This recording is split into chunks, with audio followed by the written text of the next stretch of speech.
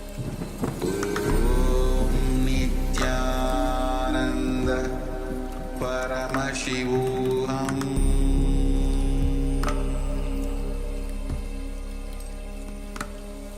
Om Nityananda Paramashivoham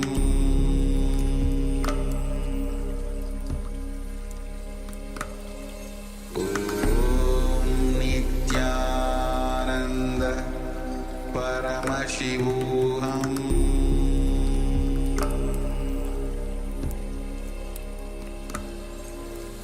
Om Nityananda Paramashivoham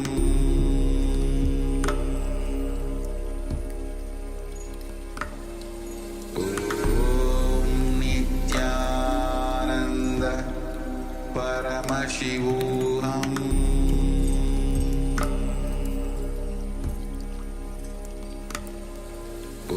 Om Nityananda Paramashivoham Om Nityananda Paramashivoham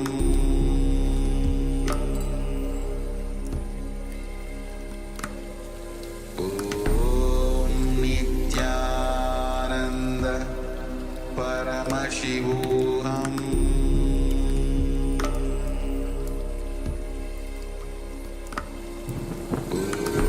Om Nityananda Paramashivoham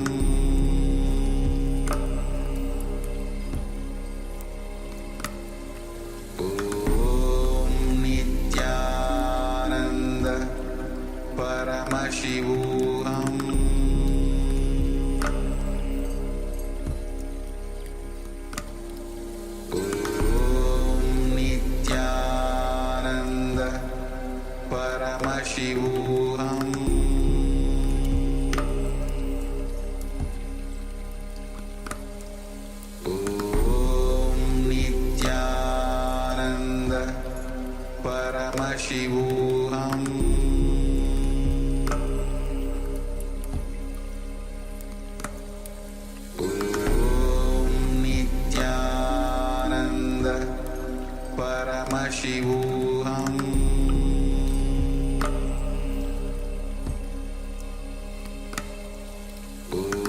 Om Nityananda Paramashivoham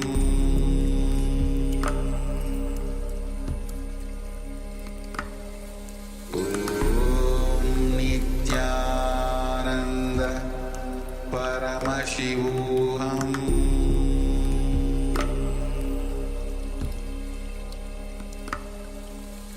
Om Nityananda Paramashivoham Om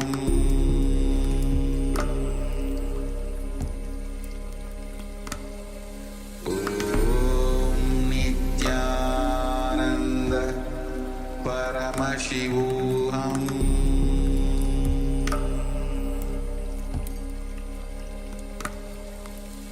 Om Nityananda Paramashivoham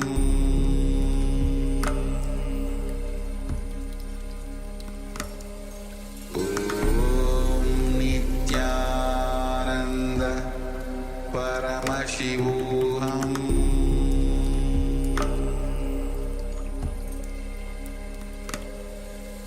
Om Nityananda Paramashivoham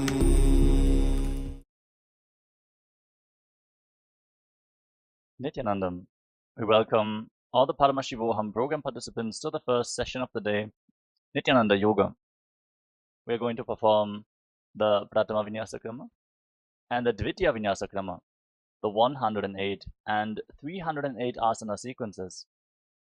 Requesting all the participants to please settle down on your yoga mat. Have your Panchavadram and Udani ready, 1 cup and a spoon, and some water for the ritualistic cleansing.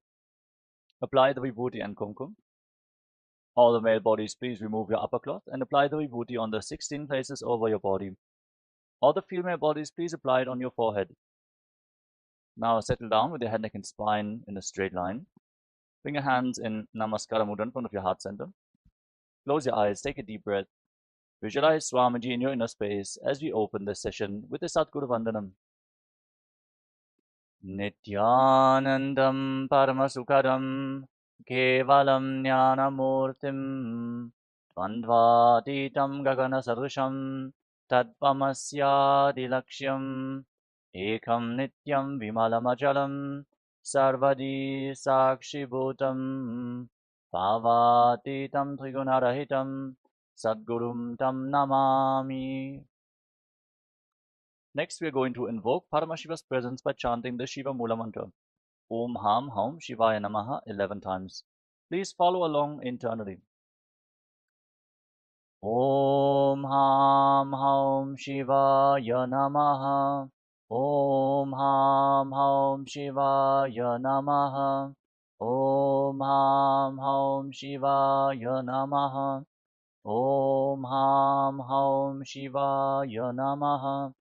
Om Ham Haum Shivaya Namaha. Om Ham Haum Shivaya Namaha. Om Ham Haum Shivaya Namaha. Om Ham Haum Shivaya Namaha. Om Ham Haum Shivaya Namaha. Om Ham Haum Shivaya Namaha. Om Ham Haum Shivaya Namaha. Next, we are going to perform the Tatvachamanam, the ritualistic cleansing. Take your Panchavatam and Udani. Keep your right hand in the Gokarana Mudra in the shape of a cow's ear. Take one Udani, 1 spoon of water, and pour it into your right palm. Each time the word Swadha is chanted, sip the water from the bottom of your right palm. Om Atmatattvam Shodayami Swadha. Take another Udani of water into your right hand. Om Vidyatattvam Shodayami Swadha. Take another Udani of water into your hand. Om Shivatattvam Shodayami Swadha. Now wash your right hand with the water from the Panchapatam and wipe your lips twice with the bottom of your right thumb. Om Ham Hridayaya Namaha. Wash your hand again. With index, middle and ring fingers joined together, touch above the upper lip and below the lower lip. Then wash your hand again. With your index finger and thumb joined together, touch your right nostril and your left nostril. With your ring finger and thumb, touch your right eye, your left eye, your right ear and your left ear. Then wash your hand again. With your little finger and thumb, touch your navel, your right chest and your left chest. And with all the fingertips joined together, touch the crown of your head, the right shoulder, the left shoulder, and your heart center. Now clasp your right hand over the left. Place both hands on the right thigh. Close your eyes and make a sankalpa. Set a conscious resolution what you are going to manifest as part of today's ritual of Nityananda Yoga. Hold this visualization as we hold the space to manifest a yogic body and a Vedic mind and chant the sankalpa mantra. Om Mamopata Samasta Duritakshayadvara Bhagavat Shri Nityananda Paramashiva Prityatam Shri Nityanandeshwari Paramashiva Shakti Sameta Shri Nityanandeshwara Paramashiva Prityatam Cha Adya Purvokta Evam Guna Visheshena Vishishtayam Asyam Shapaditau Purnarokya Yukta Tudagatya Yogita Shirira Sityatam Paramashiva Shakti Avishkaranartham Nityananda Yoga Abhyasam Karishye. Now wash your right hand once more. Om Apa Upasprishya. And keep your Panchapatam and Udani aside, out of harm's way.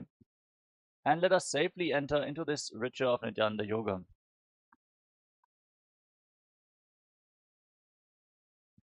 Starting off with the first asana of the sequence, Sukhasana. Sit in a comfortable cross-legged position and keep your head, neck and spine in a straight line. Place your hands on top of the knees in Bindu Mudra with index fingers and thumbs together. Engage Mahamudra Bandha, all 3 bandhas. The root lock, Mula Bandha, contracting the perineal floor and pulling it inwards. Uddiyana Bandha, contracting the abdominal muscles above and below the navel and pulling your stomach in and up towards your spine. And the Jalandhara Bandha, the throat lock, tucking your chin to the chest firmly while internally contracting your throat muscles. Again, all the three bandhas form Mahamudra Bandha. Now visualize Lord Shiva in your inner space and breathe in Samana Kumbhakam. Inhale fully into your navel region and hold your breath. Visualize a flame being formed in your stomach rising upwards. And internally chant the first japa of the sequence, Soham. Visualize the japa rotating around your throat in a circular manner, cleansing your Vishuddhi chakra and activating Vak Shakti, the power of speech. As we enter into the first asana of the sequence, Sukhasana.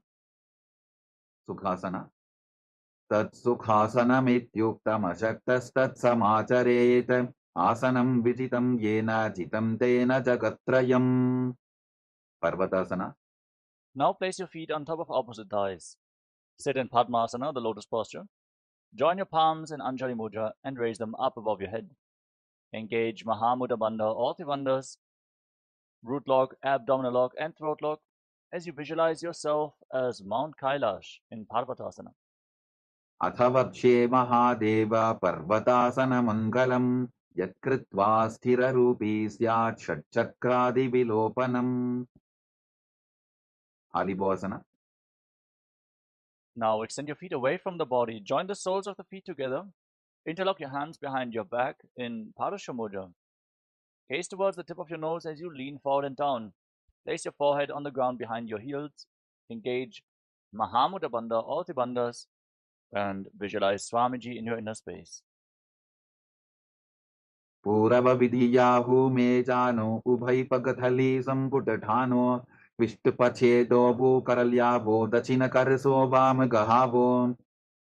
Nadi Bhavasana. Now rise up and extend your arms out in front. Cup your palms and place them on the ground in front of the feet as you place your forehead once more on the ground behind the heels. Gaze towards the tip of the nose.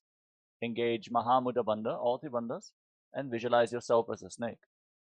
Purava Vidhipari Agane Nito Hobi Kahuni Panasyu Lagagi Hatha Agane Dharti Lagave Pasari Dobo Hataki Anjuli Kare. Kokilasana. Now rise up. Bring your hands into Prana Mudra. Extend index and middle fingers and hold on to little and ring fingers with your thumbs. Then catch your big toes. Extend your legs forward and up straight. And then cross your legs into Padmasana and lean forward and down onto your elbows. Engage Mahamudra Bandha and visualize yourself as a bird. Athanyadasanam vakshye yena siddho bhavennaraha akasmad vayu sancharam kokilabhyasanena cha. Netyasana. Rise up. Now place one foot on top of the opposite knee and the other foot below the opposite knee. Hold on to opposite elbows and start rotating your arms in wide circles. Engage Mahamudra Bandha, all three bandhas, gaze to your nose and visualize Swamiji in your inner space. And every once in a while change the direction of the movement in Nitya Asana. Goda Bama Padiki Ashamahili Soja Dachicharan Kobara Lota Parigulpa Samoja Vamapadako Mahilo Bahuro Bulpatujana Tapari Goda Dachiki Ashabara Lidhana. Gajasana. Now place your palms flat on the ground in front of you and raise your hips up high. Scoop your head and chest forward and down again and again as you pull your stomach in and up in Uddiyana Bandha. And visualize yourself as an elephant in Gajasana, the elephant pose. Nyujjam Padagre Bhumau Pritvalambi Bhuyamastakaagre Nidhaya Nitambam Urdhvamunnamaya Nabilaksham Bhumau Nasika Maninya. Vrikshasana. Now from the same posture, alternate pushing one heel to the ground while lifting the other heel up, again and again. Engage Uddiyana Bandha, the abdominal lock, and visualize yourself as a bear. Ekaikam Padamapuntya Gajasanam Kuryat Vrikshasanam Bhavati. Vaishasana. Now rise up. Stand on the tips of the big toes if you can, otherwise you can stand on the tips of your toes. Bring your hands in front of your chest in Hridaya Mudra with index, middle and ring fingers joined together. Keep your elbows raised. Put your stomach in and up in Uddiyana Bandha. and visualize Swamiji in Vaishyasana. केशेन पादयुगलं बन्ध्वातिष्ठेदधोमुखः अथ वैश्याभक्ष्ये यत्कृत्वा सत्यवान् भवेत्. Next up is Urdhva Janukarana. Now stand in Arimandi, heels together, toes pointing outwards and knees bent. Remember Arimandi, we're going to perform it in various karanas of this sequence. Now bring your hands to the chest, elbows raised, then lift one knee up along the center of your body in a circular motion and follow along with the respective hand gracefully again and again.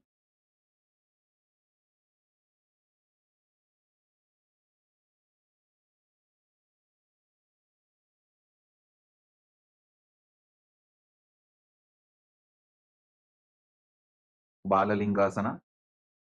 Now interlock your fingers from the outside in Sarva Shankari Mudra. Raise one knee towards your chest and pull it close with both hands.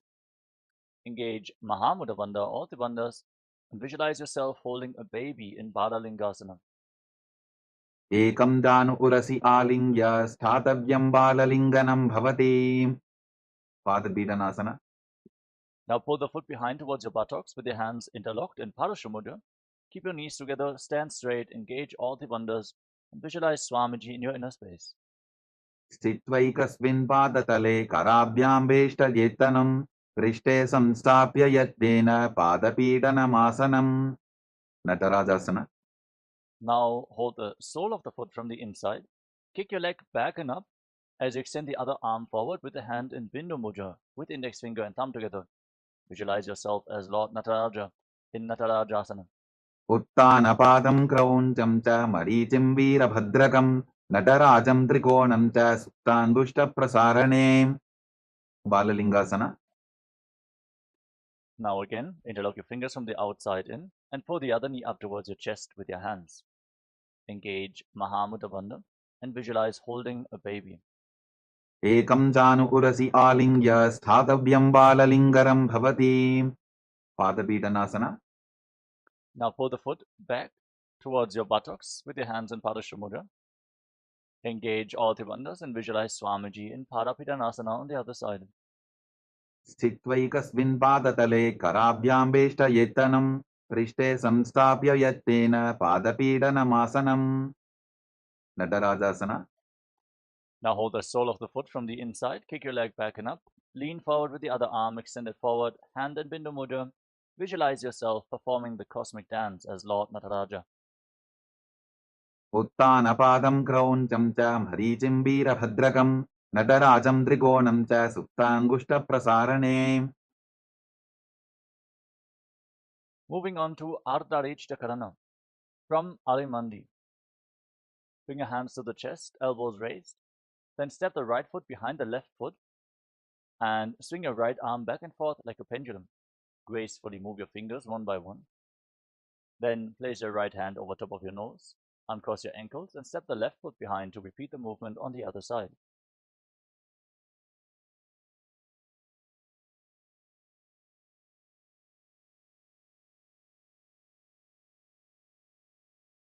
Moving on to the skeleton dance. Now, visualize yourself as a skeleton and shake your body intensely. Hold this visualization of being a skeleton and dance wildly. There's no muscles, no tissue, no skin holding you back, so move every bone of your body freely.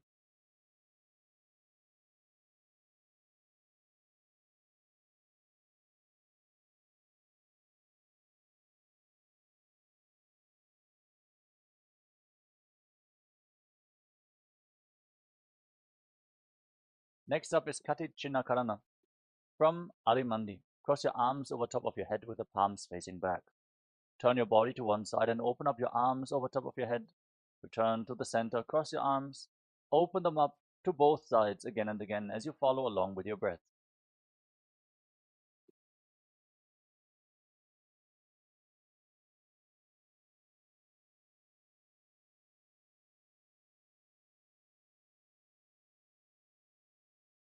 Tadasana.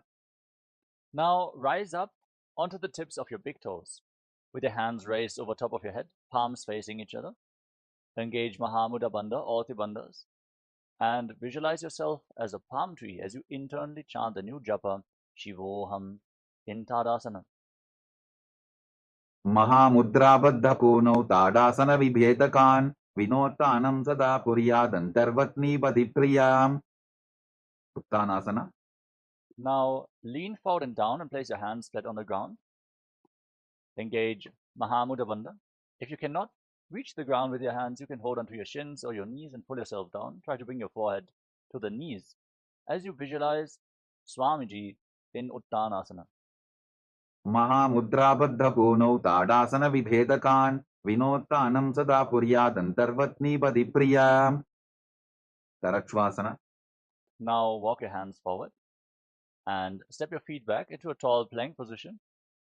Lock your throat in Jalandhara Bandha and rotate your head from side to side as you visualize Swamiji in your inner space. गजासनवस्थित्वा मस्तकं वारं वारं दक्षिणकुक्षिं सव्यकुक्षिं नजेत् तरक्ष्वासनं भवति भुजङ्गासना. Now lower your body down onto your chest. Keep your hands at the side of your shoulders, palms facing down. Lift your head and chest by the strength of your lower back. Open up your mouth and inhale through the hollow of your throat in Bhujangani Mudra, keeping the top of your feet flat on the mat. Visualize yourself as a cobra in Bhujangasana. अङ्गुष्ठनाभिपर्यन्तम् अधो भूमौ विनिन्यसेत् कराभ्यान्तदरान् धृत्वा ऊर्ध्वशीर्षफणीवशी देहाग्निर्वर्धते नित्यं सर्वरोगविनाशनं जागर्ति भुदगी देवी भुजङ्गासनसाधनात् शशासना.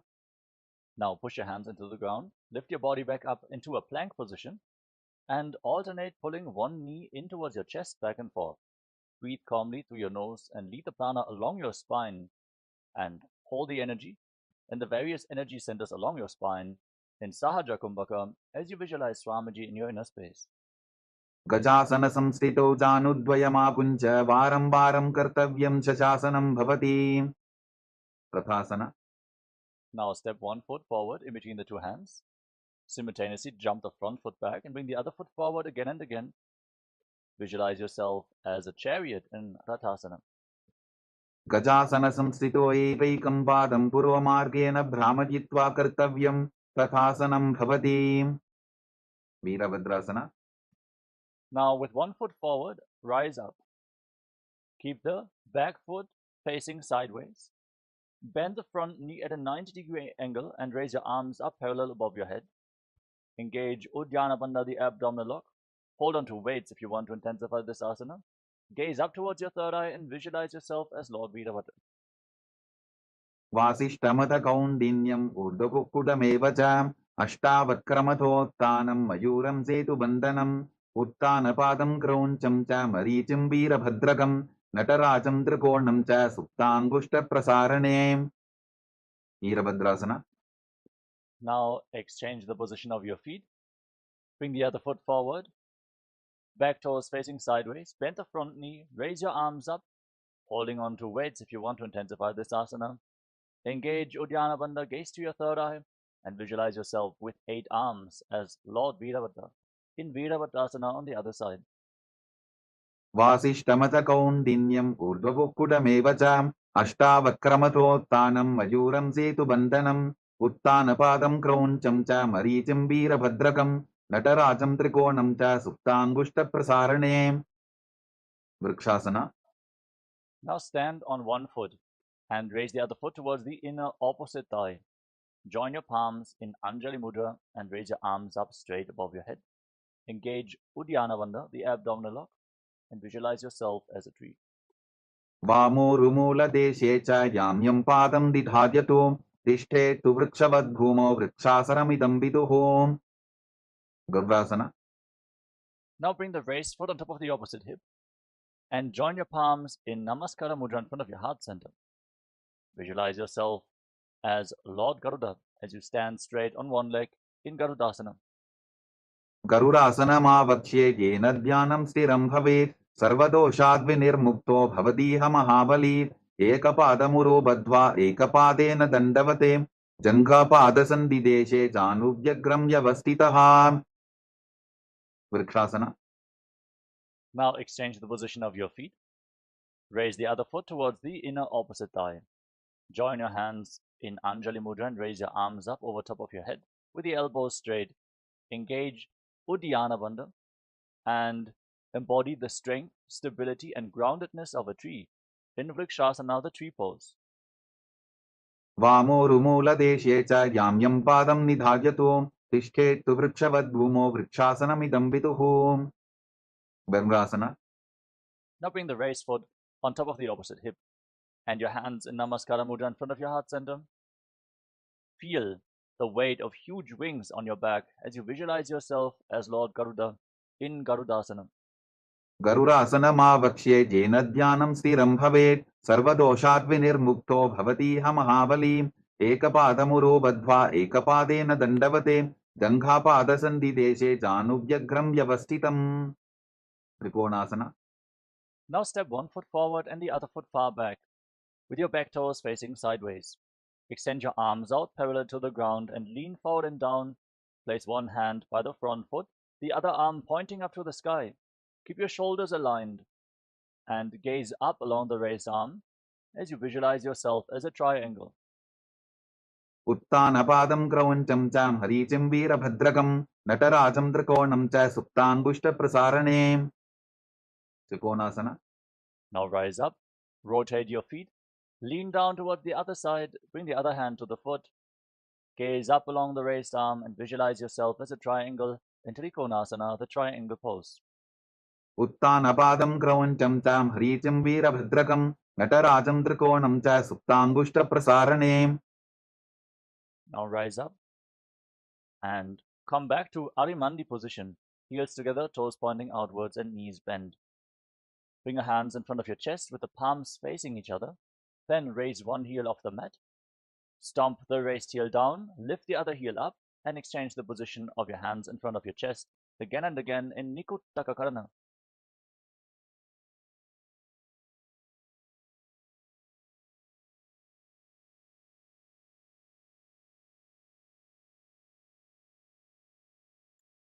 Angushtasana. Now squat down. Raise your heels off the mat and sit on raised heels with your perineum. Keep your knees off the ground and join the knees together. Bring your hands in Namaskara Mudra in front of your heart center. Start buzzing like a bee on the inhalation and exhalation in Brahmari Kumbhaka. And visualize Swamiji in your inner space as you internally chant the new japa Sadashivoham in Angushtasana. कबन्धासनमित्याहुः गोरक्षासनमेव च अङ्गुष्ठमुष्टिकं न्येयं ब्रह्मप्रसादितं तथा सौरासना. Now step one foot forward and keep your hands at the side of your body with the palms facing forward in Vara Mudra, the boon-fulfilling mudra. Visualize Swamiji in your inner space in Saurasana. प्रसार्यैकं पादतलं संस्थाप्य त्वेकपादकं विधुननासना. Now lean forward, hold on to the big toe of the front foot in Prana Mudra, and hold on to the back heel with the other hand. Balance in this position and visualize Swamiji in your inner space. Keep buzzing like a bee. गुल्फस्थितौ पादमेकं प्रसार्य तत्पादाग्रं संस्पृशेत् तत्करेण गुल्फं चान्यं धारयेत् तत्करेण धूनं पीठं चाभ्यसेत् चोभयत्र सौरासना. Now exchange the position of your feet. Step the other foot forward. Keep your hands at the side of the body, palms facing forward in Vara Mudra, with your fingertips barely touching the ground. Visualize Swamiji in your inner space in Saurasana. प्रसार्यैकं पादतलं संस्थाप्य त्वेकपादकं विधुननासना. Now lean forward and down. Catch the big toe of the front foot and the heel of the back foot. Balance and visualize Swamiji in your inner space. गुल्फस्थितौ पादमेकं प्रसाद्य तत्पादाग्रं संस्पृशेत् तत्करेण गुल्फं चान्यं धारयेत् तत्करेण धूनं पीठं चाभ्यसेत् चोभयत्र ब्रह्मचुरङ्कुशासना. Now step both feet in towards your body. Sit on raised heels and separate your knees. Place your hands on top of the knees with the palms facing up. Lock your throat in Jalandhara Bandha and gaze through the gap between the palms in Shambhavi Mudra with your eyes open wide, not blinking. Actually gaze inwards with your eyes open wide. Experience eternity. as you visualize Swamiji in Brahmahadrankashasana. Dobu pranapani hoye vaise, edi dobu dani vaise, korabakatalya ki mahili, ayusa mahera shemili. Kapilasana. Now drop your knees to the ground. Keep your toes tucked and sit on raised heels. Place your hands flat on your thighs and pull your stomach in and up in Uddiyana Bandha. Gaze towards the tip of the nose and visualize yourself as sage Kapila Muni, the founder of Mahanidvani Akara, our Akara, in Kapilasana. उभई बकथली समट हरावे तिनको माहिली core मिलावे फनापानी कुकर होये वैसे एडी दोबू जोनी निवैसे भद्रकोरकासना. Now, maintain your body in the same position. Shift your gaze up towards your third eye and visualize Swamiji in your inner space, the Supreme Pontiff of Hinduism, Mahamandaleshwara of Mahanidvani Akara, in Bhadrakodakasana. दोबू बकथली संपुट करे कोरवारिली भूपरि धरे कोरवारिली राखे ऐसे तापरी मूल द्वार डिगी बैसे. सूर्यासना. Now raise your knees off the ground and join the soles of your feet together. Keep the knees wide apart. Join your thumbs and little fingers and open up your palms resembling a lotus flower in Padma Mudra. Raise your arms up over top of your head and gaze up through the gap between the palms as if you're offering flowers to Lord Surya. Engage Uddiyana Bandha, the abdominal lock, and visualize Lord Surya in your inner space. एडी दोबू बुता दरियाने फनापानी बैठक पुनिठाने गोड़ा जंगा अधर करी रहे आडे वाम इसी विधि कहे. मंदुकासना. Now drop your knees to the ground. Place the top of the feet flat on the mat and sit in between your heels with your toes touching behind your back. Place your hands on your knees. Push your tongue up flat against the palate of your mouth in Manduki Mudra. Gaze towards your third eye and breathe calmly through your nose in Sahadra Kumbhaka as you visualize yourself as a frog. पादतलौ पृष्ठदेशे अङ्गुष्ठे द्वे च संस्पृशेत् जानुयुग्मं पुरस्कृत्य साधयेन्मन्दुकासनम्. उत्तानमन्दुकासना. Maintain your legs in the same position. Bring your arms up and cross them behind your back, holding onto opposite shoulders. Push your elbows against your head. Engage Uddiyana Bandha. Gaze towards your third eye. Push your tongue up in Manduki Mudra and visualize yourself as a frog in Uttana Mandukasana. मण्डुकासनमध्यस्थं कोट्पराभ्यां धृतं शिरः एतद्भ्येकवदुत्तानमेतदुत्तानमण्डुकम्. सिंहासना. Now cross your feet and sit on the raised heel. Keep your knees slightly separate. Place your hands flat on top of the knees. Gaze towards the tip of your nose and stick your tongue out. Exhale forcefully through your mouth again and again. Roar like a lion in Simhasana. दक्षिणं सव्यपुल्भेन दक्षिणेन तथेतरं हस्तौश्चजान्वो संस्थाप्य स्वाङ्गुलीश्च प्रसार्य च. भद्रासना. Now, keep your knees wide apart and join the soles of the feet together behind your back with your toes pointing backwards. Cross your arms behind your back and hold on to opposite big toes in Prana Mudra with index and middle fingers. Lock your throat in Jalandhara Bandha. Gaze towards the tip of the nose and visualize Swamiji in your inner space in Bhadrasana as you return to buzzing like a bee on in and exhalation in Brahmari Kumbhaka. गुल्फौ तवृषणस्याधो व्युत्क्रमेण समाहितः पादाङ्गुष्ठौ कराभ्यां च धृत्वा च पृष्ठदेशतः. काकभुसन्ध्यासना. Now place your feet flat on the ground and bring your arms in between the legs. Wrap your arms around your legs and behind your back. Try to interlock your fingers in Padasha Mudra as you gaze towards the tip of the nose and visualize yourself as a crow.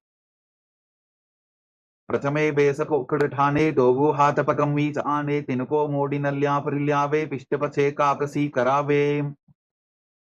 कानिपोआसना. Now place your palms flat on the ground and bring your knees on top of your arms towards your armpits. Raise your hips, lean forward, find balance, and then lift your feet off the mat. Balance on your arms as you visualize Swamiji in Kanipavasana. आसन को गुण आशीर्षिता होगी तो आची होई. कपालियासना. We're now going to enter into the first inverted posture of this sequence. Place your hands on the ground. Place your head on the mat. Form a triangle between your head and your hands. Set yourself up in front of a wall for support if needed, or ask a partner to assist you. As you raise your hips, walk your feet forward, and then lift your legs up straight into a headstand. Gaze towards the tip of the nose and visualize Swamiji in your inner space. Keep buzzing like a bee in Brahmari Kumbhaka in Kapali Asana. शीश शीशा धरती टेकी पबतो भूमिलिवा ऊंचा भुकरे पार्श्वमयूरासना. Gently lower your legs down. Come to a squatting position with your hands flat on the ground in front of you. Start breathing in Rejaka Kumbhaka. Exhale fully and hold your breath after each exhalation. As you twist your body to one side, align one knee and the respective hip with your elbows. Lean forward, find balance, lift your body off the mat and extend the legs out to the side. Gaze up towards your third eye and visualize yourself as a peacock in Paramashivoham. मयूरं दण्डवत् कुर्यान् मायूरं दण्डनामकं कुर्यान् मायूरं पार्श्वाभ्यां मायूरपार्श्वनामकम्. पार्श्वमयूरासना. Now rotate your body in the opposite direction. Again, lean one knee and the respective hip onto your elbows. Find balance, extend your legs out to the side as you gaze to your third eye while visualizing yourself as a beautiful peacock. मयूरं दण्डवत् कुर्यान् मायूरं दण्डनामकं कुर्यान् मायूरं पार्श्वाभ्यां मायूरपार्श्वनामकम्. बहिरागनाथासना. Now walk your hands forward and step your feet back into a tall plank position. Step one foot outside the shoulder in between the two hands. Push your hips forward and down, lift your head and gaze up towards your third eye as you visualize yourself as Lord Kala Bhairava in Bhairaganathasana. आसन को गुणपीति जायीं. बहिरागनाथासना. Now step the front foot back. Bring the other foot outside the shoulder in between the two hands. Push your hips forward, lift your head up, gaze towards your third eye and visualize yourself as Lord Kala Bhairava. आसन को गुणपीति जायीं. उन्मुख पीठासना. Now step your feet back and bring your elbows, bring your forearms down to the ground. Lift your head and gaze up towards your third eye as you visualize Swamiji in your inner space. Try to touch your heels to the ground in Unmukha Pitasana. भून्निष्ठौ जानुनी हस्तौ चतुष्पदममाङ्मुखम् उत्थापिताङ्घ्रियुगलकटिस्थलमभिरुका. वसिष्ठासना. Now rise back up onto your arms. Rotate your body. Lift one arm up straight to the sky. Keep your body straight as a plank. Your shoulders aligned. Gaze up along the raised arm and visualize yourself as Sage Vashishta. ऊर्ध्वकुक्कुटवासिष्ठमरीचिहलमत्स्यकं परिवृत्तिं चोदरस्य विविधं धनुरासनम्. वसिष्ठासना. Now bring the raised hand down to the mat. Rotate your body in the opposite direction and lift the other arm up to the sky. Gaze upwards. Keep your core engaged, your body straight as a plank. Visualizing Sage Vashishta in Vashishthasana on the other side. ऊर्ध्वकुक्कुटवासिष्ठमरीचिहलमत्स्यकं परिवृत्तिं चोदरस्य विविधं धनुरासनम्. अंजनीयासना. Now come to a seated position with your legs extended forward. Bring your hands underneath the buttocks with the palms facing upwards. Lock your throat in Jalandhara Bandha. Gaze towards the tip of your nose and internally chant the new japa Mahasadashivoham as you visualize yourself as Lord Hanuman in Anjaneyasana. दोगो करकी उबय हथेली कोरवारली मैले बेली सो आगाने भूपरिदाशे महाने अंगुली मिलिराशे. पश्चिमतानासना. Now lean forward and down and hold on to your big toes in Prana Mudra with index and middle fingers, keeping a slight gap between your heels. Bring your forehead down towards your knees, engage all three bandhas, Mahamudra Bandha, and visualize Swamiji in your inner space in Paschimottanasana. जानु परिललाटन्तु पश्चिमं तानमुच्यते येन केन प्रकारेण सुखं धार्यं च जायते. Ugrasana. Rise up, interlock your fingers around your neck. Slightly separate your knees as you lean forward and down and try to bring your head in between the knees. Keep your elbows outside the legs. Squeeze your core, engage Mahamudra Bandha, all three bandhas, and visualize Goddess Kali in Ugrasana. स्वपाणिभ्यां दृढं धृत्वा जानु परिशिरोन्यसेत आसनोऽग्रमिदं प्रोक्तं भवेदनिलदीपनं देहावसानहरणं पश्चिमोत्तानसंज्ञकं ययेत्तदासनं श्रेष्ठं प्रत्यहं धारयेत् सुधीः.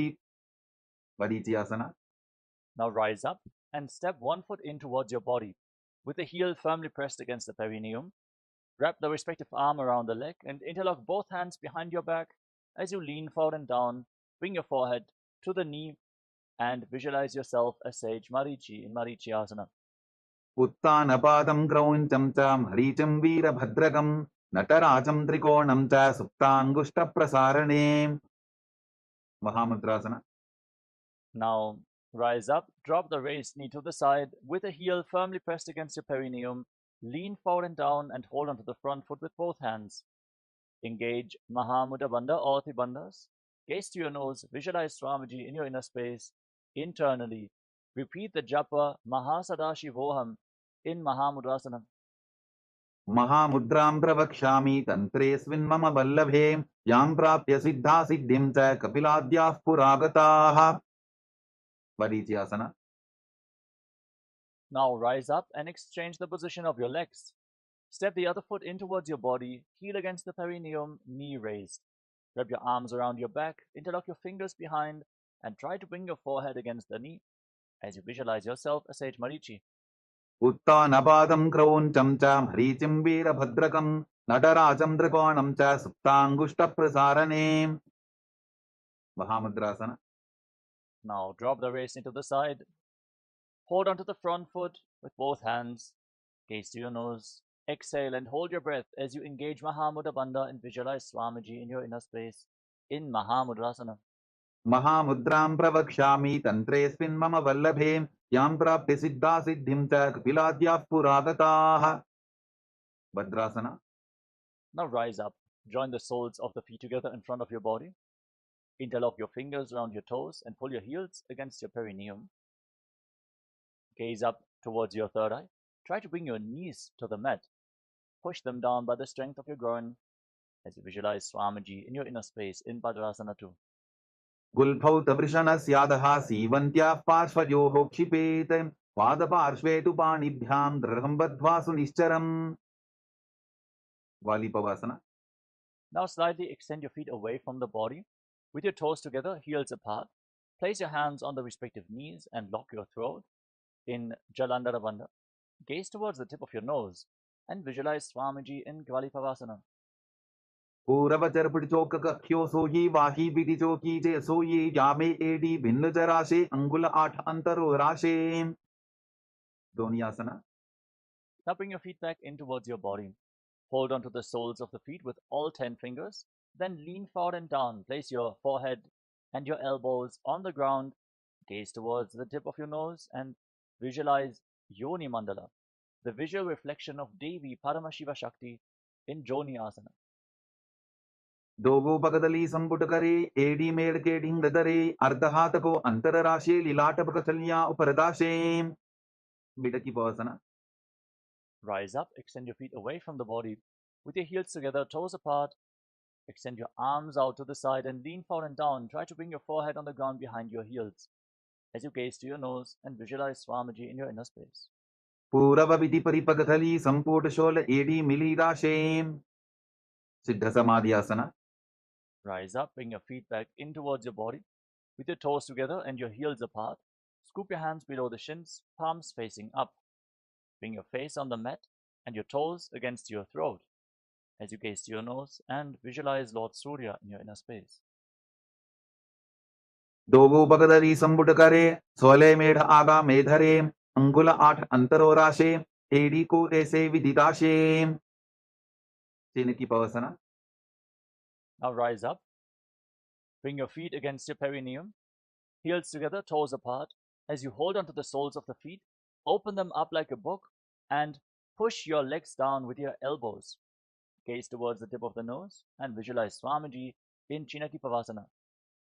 दोगुपका की AD धरती मदिवा मेढ़ रगावे. सर्पर Sukhasana. Now with the soles of the feet firmly together, heels against your perineum, place your hands on the respective knees and gently push them down to the ground. Try to touch your knees to the mat. Pull your stomach in and up in Uddiyana Bandha. Gaze towards your third eye and visualize Swamiji in your inner space in Jadapata Chokasana. दोबू पगदली संपुट धारे आवाने कैजारे पसारे गोरा भूसो लगता राशे हाथ दोबू गोरा परिदाशे भैरवासना. Now rotate your feet. Bring your toes to the mat and lift your heels off the ground with the soles of the feet together. Use the support of your hands. Then try to bring your knees down to the ground and place your hands on top of the knees in Bindu Mudra with index fingers and thumbs together. Pull your stomach in and up towards your spine firmly in Uddiyana Bandha. Gaze towards your third eye and visualize yourself as Lord Kala Bhairava in Bhairavasana. गुल्फो संपीड्य चान्योन्यं विक्रमेणोत्थितं शनैः जान्वोः पार्श्वगतौ हस्तौ दण्डवत् भैरवासनम्. समानासना. Relax. Now bring one heel against your perineum and the sole of the other foot against your chest with both hands. Gaze towards your third eye. Visualize Swamiji in your inner space. Fully exhale and hold your breath in the Mooladhara Chakra in Samanasana. समानासनमावक्ष्ये सिद्धमन्त्रादि साधनात् एकपादमरो दत्वा गुह्योऽन्यलिङ्गवक्त्रके. उपानासना. Now lift the raised leg over top of the respective shoulder and keep your hands on the ground next to your body, extending the other leg forward and up. Gaze towards your third eye and visualize Swamiji in your inner space in Apanasana. केवलं पादमेकं च स्कन्धे चारोपे यत्ततः एकपादेन गगने तिष्ठेत दण्डवक्त्रभो. समानासना. Now bring the other heel against your perineum and lift the sole of the other foot against your chest. Gaze up towards your third eye and visualize Swamiji in your inner space in Samanasana. समानासनमावक्ष्ये सिद्धमन्त्रादि साधनात् एकपादमरो दत्वा गुह्योऽन्यलिङ्गवक्त्रके. अपानासना. Now lift the leg over top of your shoulder. Extend the opposite leg forward and up. Gaze towards your third eye and visualize Swamiji in your inner space. केवलं पादमेकं च स्कन्धे चारोपे यत्ततः एकपादेन गगने तिष्ठेत दण्डवक्त्रभो. गोमुखासना. Now stick your knees in front of your body with your heels outside opposite hips. Interlock your hands on the top knee in Parashamudra. Gaze towards the tip of the nose and inhale through your teeth, making a hissing sound on the inhalation, exhaling through the nose. Internally chant the new japa, Om Nityanandoham, as you visualize the face of a cow in Gomukhasana.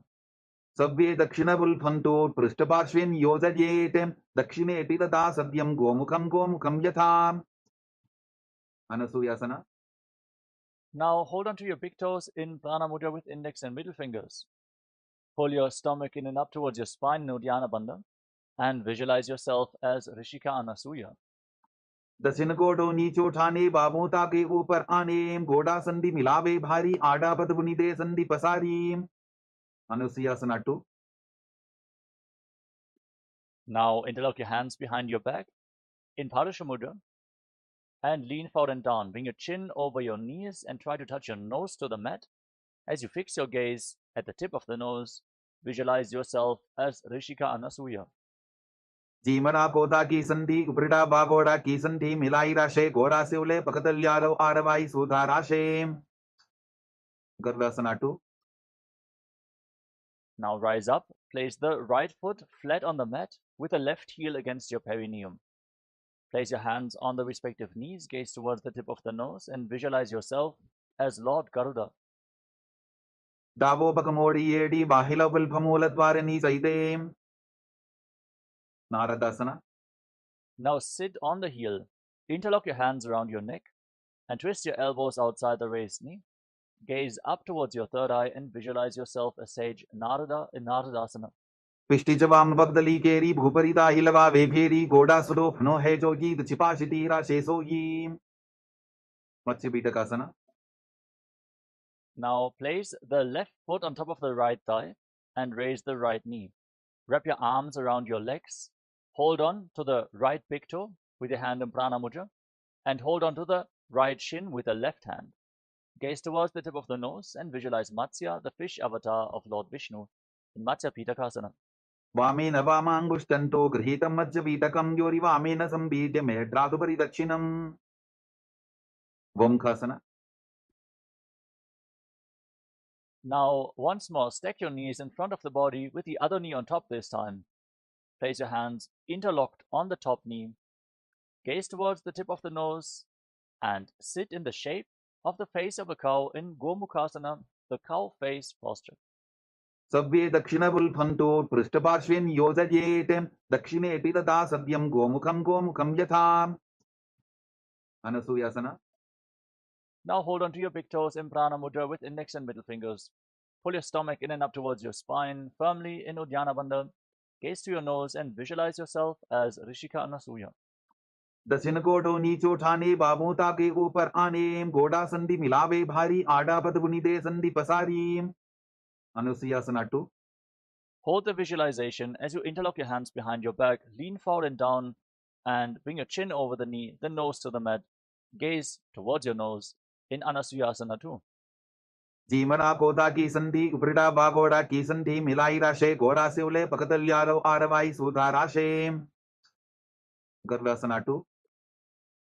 Now rise up. Place the sole of the right foot on the mat, the right knee raised against your chest. Bring the left heel against your perineum. Hands on the knees. Gaze forward towards your nose and visualize yourself as Lord Garuda.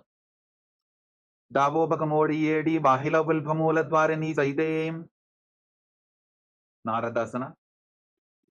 Now raise your perineum onto the heel. Sit on the heel. Interlock your hands around your neck and twist your elbows outside the raised knee. Gaze up towards your third eye and visualize yourself as Sage Narada in Naradasana. पिष्टिजवाम बगदली केरी भूपरिता हिलवा वेफेरी गोडा सुदो फनो है जोगी दचिपाशिती राशेसो yi. Matsya. Now place the right foot on top of the left thigh. Hold on to the left big toe and shin. Gaze towards the tip of the nose and visualize Matsyavatara of Mahavishnu in Matsya Pitakasana. वामेन वामाङ्गुष्टन्तो गृहीतं मज्जपीठकं योरि वामेन संबीड्य मेढ्रातुपरि दक्षिणम्. Matsyendrasana. Now extend your legs out in front. Then place the left foot on top of the right thigh and raise the right knee. Twist your left elbow outside the raised knee and bring your left hand to your neck, the right hand on the ground behind you. Gaze up towards your third eye.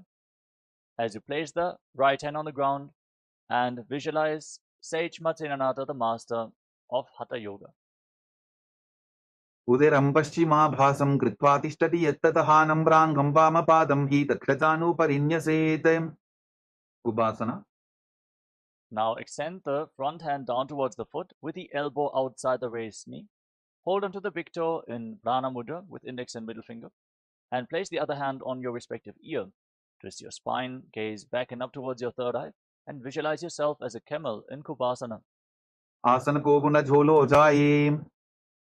Matsyendrasana 2. Now drop the hand from the ear to the ground behind you. Keep holding onto the front foot, twist your spine even more. Gaze up towards your third eye and visualize Sage Matsyendrasana. वत्सेन्द्रपीठं दडर प्रदीप्तिं प्रचण्डर पण्डल खण्डनास्त्रम् अभ्यासत kundalini प्रबोधं दण्डस्थिरत्वं हि ददाति पुंसाम्. Matsyendrasana. Now extend your legs out in front. Exchange the position of your feet. Place the right foot on the left thigh. Raise the left knee. Twist your right elbow outside the raised knee with a hand by the neck and the left hand on the ground behind you. Gaze up towards your third eye and visualize Sage Matsyendrasana. उदरं पश्चिमाभासं कृत्वा तिष्ठति यत्ततः नम्राङ्गं वामपादं हि दक्षतानुपरिन्यसेत्. Ubasana. Now extend the front hand down towards the foot. Hold onto the big toe in Prana Mudra and place the other hand on your ear as you gaze to your third eye and visualize yourself as a camel. Keep hissing through your teeth in Shitkari Kumbhaka. आसन को गुण झोलो जाए.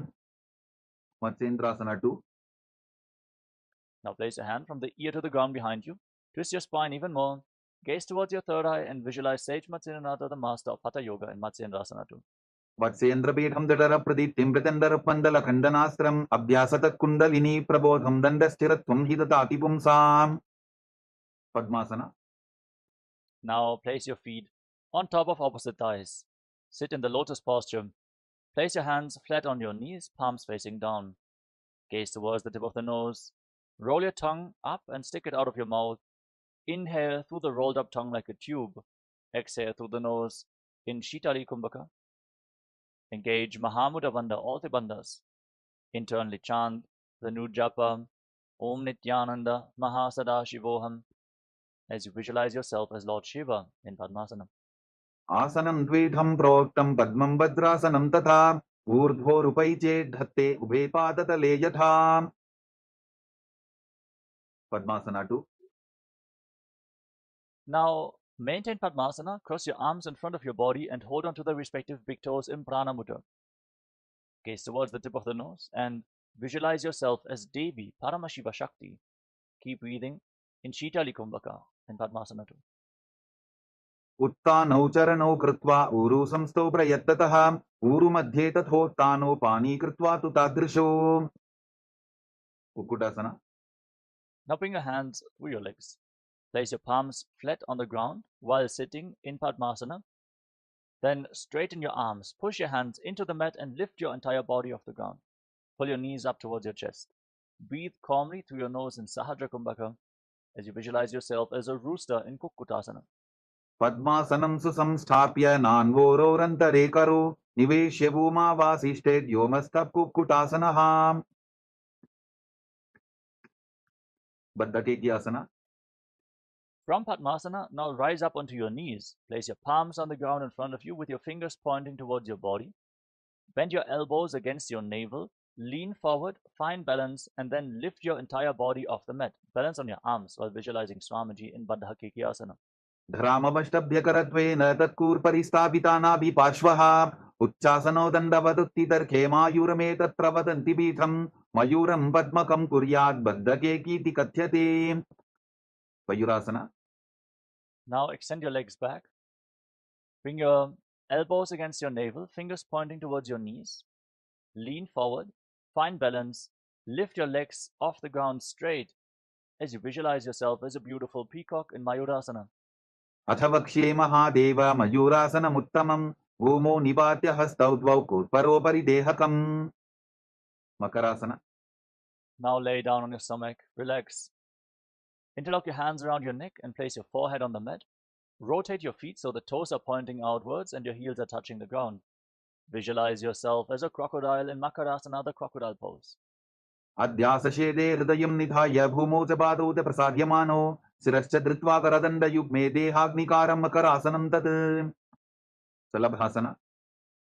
Now place your hands on the ground next to your shoulders and lift your legs off the ground completely, including your knees, and hold while visualizing yourself as a locust. अध्यासशेटे करयुग्मवक्षो भूमिमवष्टभ्यकरयोस्तलाभ्यां पादौ च शून्ये च वितस्ति चोर्ध्वं वदन्ति पीठं शलभं मुनीन्द्राः. Pushprasana. Now bend your knees, hold on to your feet, and pull them down to the ground outside your hips. Try to touch your heels to the mat as you visualize yourself as a camel. अध्यासशेटे पदयुग्मव्यस्तं पृष्ठेति दायापि धृतं कराभ्याम् आकुञ्चयेत् सम्यक् उदरासेवाढमुष्प्रञ्च पीठं योगिनो वदन्ति. Dhanurasana.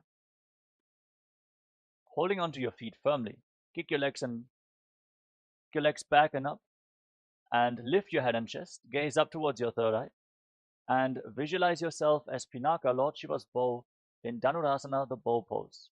प्रसाद्य पादौ भुविदण्डरूपौ करौ च पृष्ठे धृतपादयुग्मं कृत्वा धनुस्तुल्य विवर्तिताङ्गं निगद्य योगी धनुरासनं तत्. Bhavasana. Relax. Now come to a kneeling position.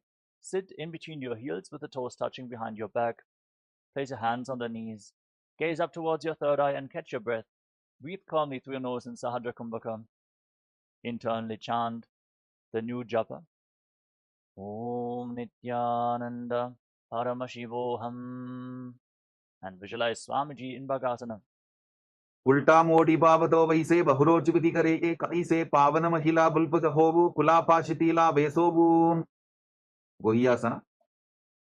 Now get ready for another inverted posture. From the kneeling position, place your forearms on the ground, elbows shoulder width apart. Interlock your hands in Padasha Mudra. Place your head on the ground and support it with your hands.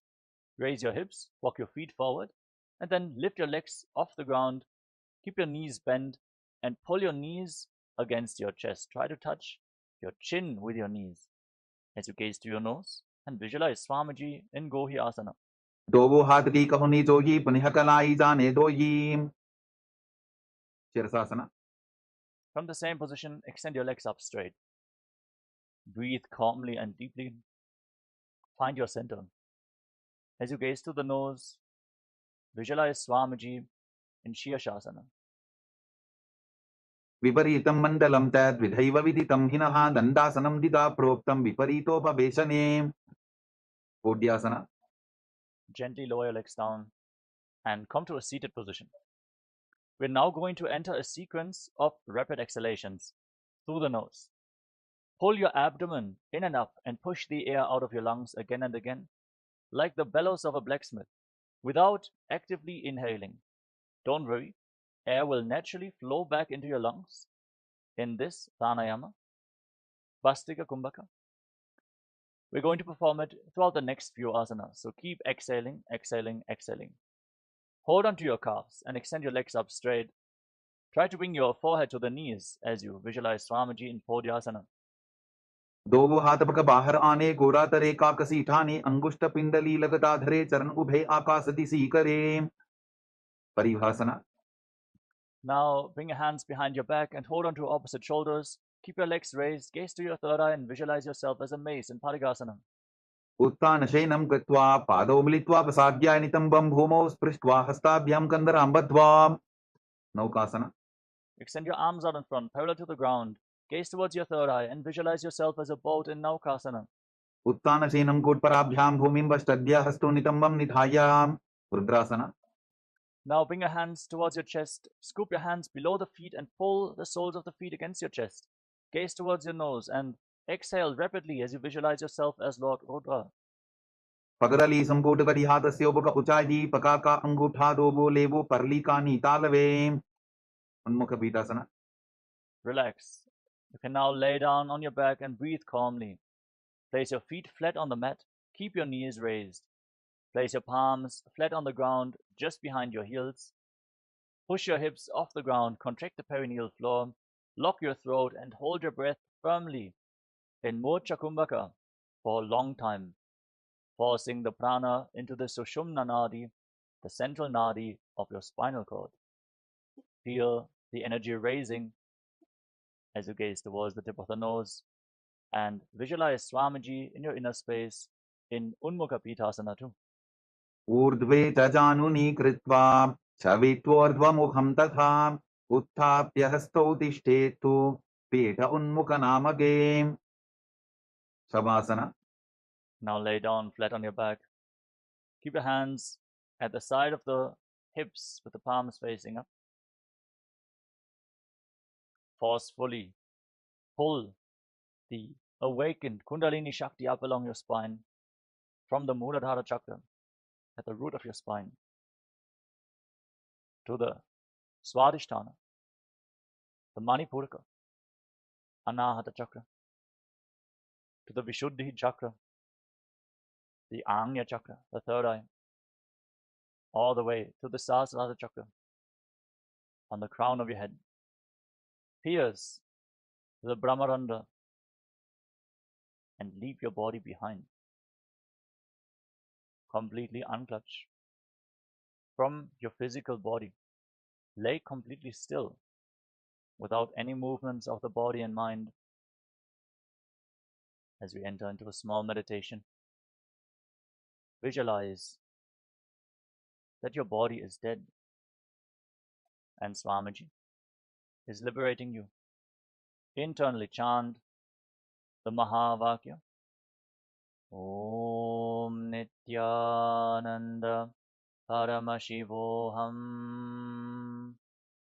in Shivasana. उत्तानं शववद्भूमौ शयनं तु शवासनं शवासनं श्रान्तिहरं चित्तविश्रान्तिकारकम्.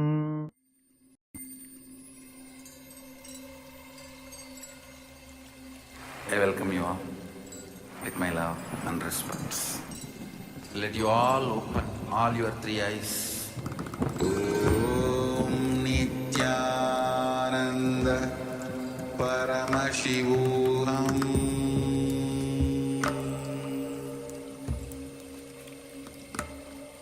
Om Nityananda Paramashivoham.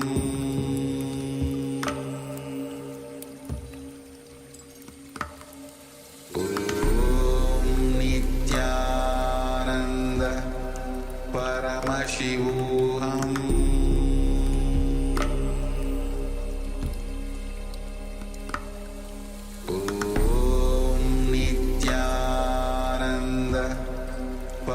Paramashivoham.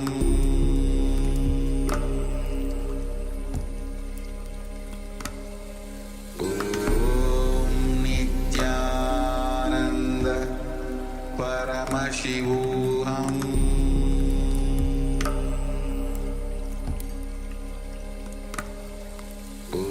Om Nityananda Paramashivoham. Paramashivoham.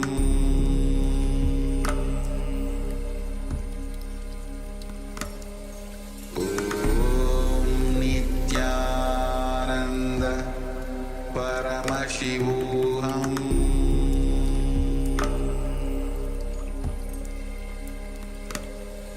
Om Nityananda Paramashivoham.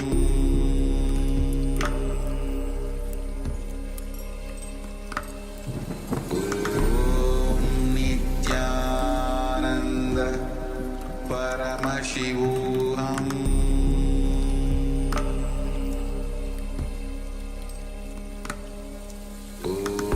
Om Nityananda Paramashivoham. Om Nityananda Paramashivoham.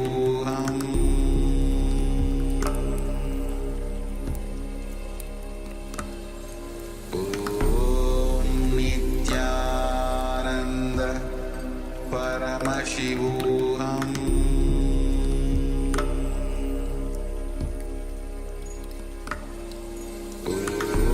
Om Nityananda Paramashivoham.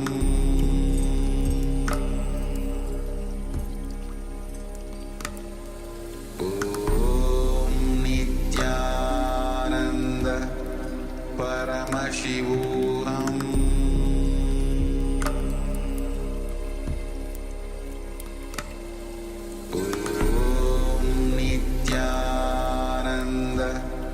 Paramashivoham.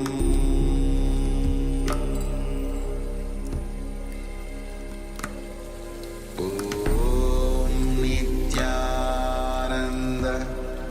Paramashivoham.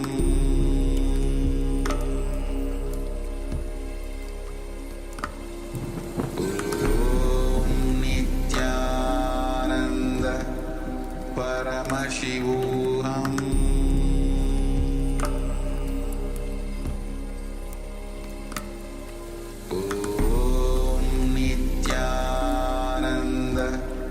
Paramashivoham.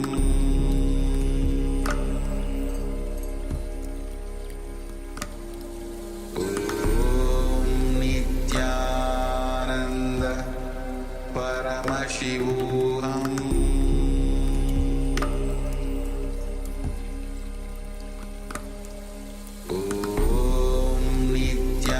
Nityananda Paramashivoham.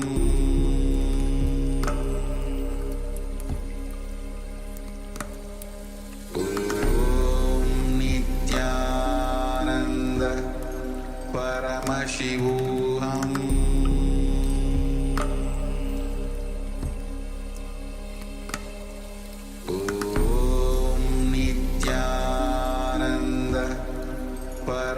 Paramashivoham.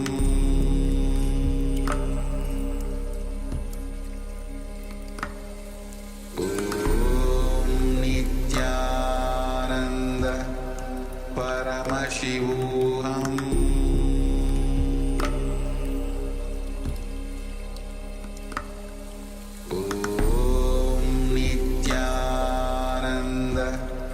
Paramashivoham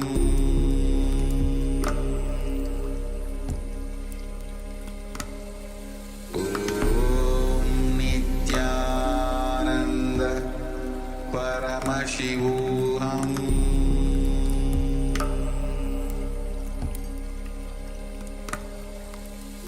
Om Nityananda Paramashivoham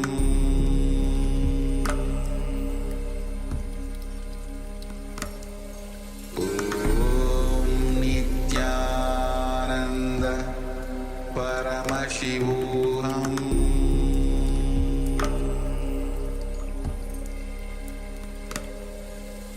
Om Nityananda Paramashivoham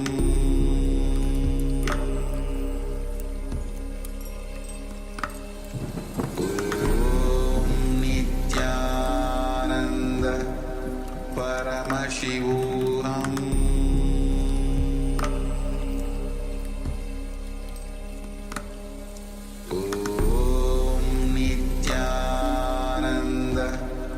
Paramashivoham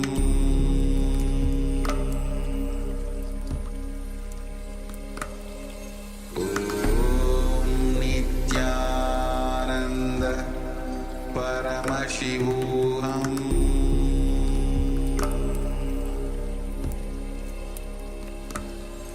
Om Nityananda Paramashivoham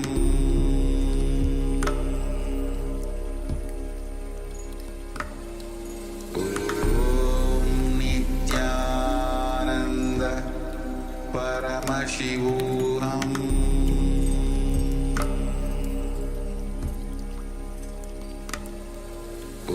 Om Nityananda Paramashivoham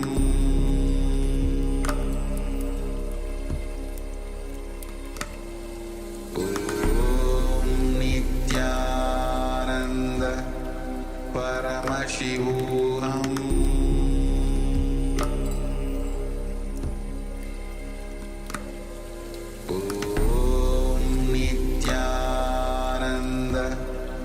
Paramashivoham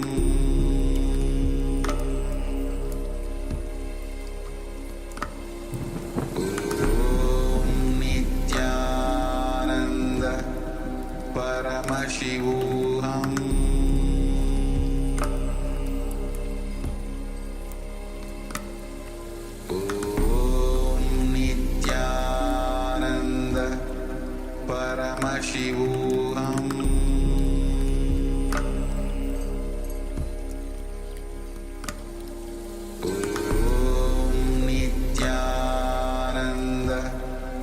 Paramashivoham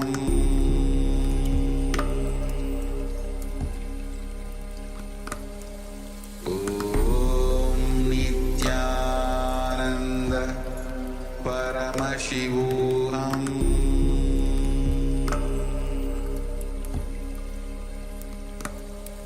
Om Nityananda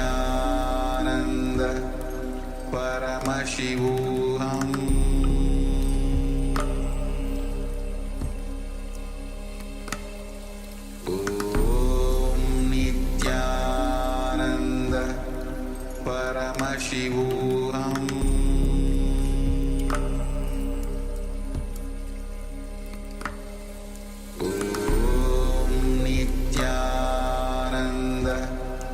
Paramashivoham Om Nityananda Paramashivoham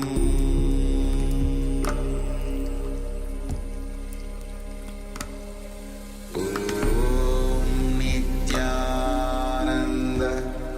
Paramashivoham